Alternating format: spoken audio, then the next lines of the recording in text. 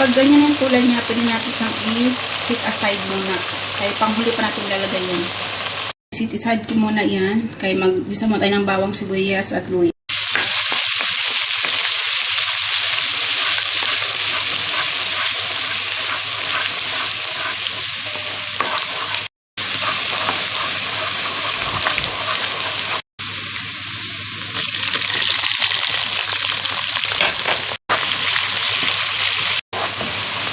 So, pwede natin lagay yung i-mix nyo lang din ang very well yung manok, ha. Ayan. So, asin na, lagyan ko na siya ng asin, ha. Ayan. Pepper, powder, paminta kumbaga. Alam niyo ba, madaming paminta, mas masarap. Ayan. And then, haluin nyo lang din. I-mix nyo lang din siya ng very well. Para ma-mix yung ibang lasa ng paminta. Ayan. Na siya, na-mix ko na siya ng very well. Balikin natin siya after 15 minutes. Huwag kayong halo ng halo, ha, para hindi madurog yung manok. 15 minutes natin siya mabalikan. So, after 15 minutes, ayan na siya.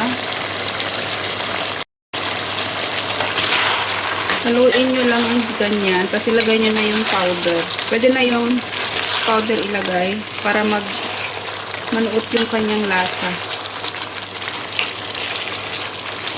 So, ayan na siya. So, ito yung sinasabi kong kaldereta sa inyo. Parang siya sa baka, pero ilang beses na siya natry sa manok. Pwede rin siya. And then, kasi wala akong kaldereta para sa manok. Pero pwede din siya sa manok. Iuubos yan, ha. Isang buong manok pala yung nilagay ko. Isang buong manok kasi. And then, haluin nyo lang din siya ng bonggang-bongga, diba? I-mix nyo lang siya ng very well.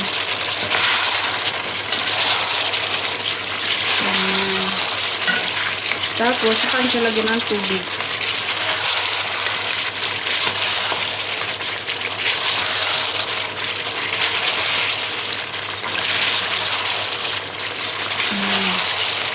Masarap yan. Kasi wala akong kaldereta para sa manok eh. So yun na ginamit ko. Na-try ko naman siya maraming beses na. Nagustuhan naman ng aking mag-ano. So pwede na yun.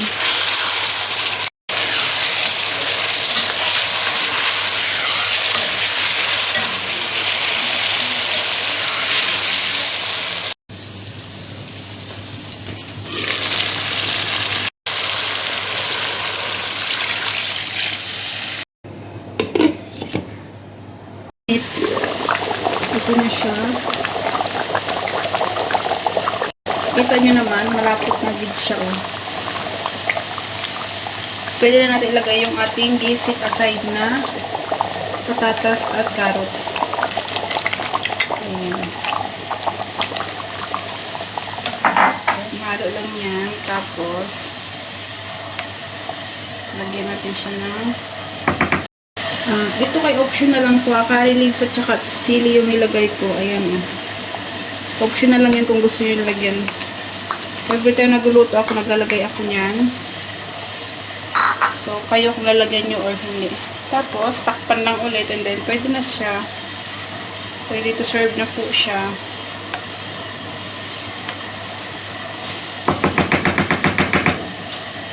Natin para maluto yung sili ng konti. Tapos, pwede na siya.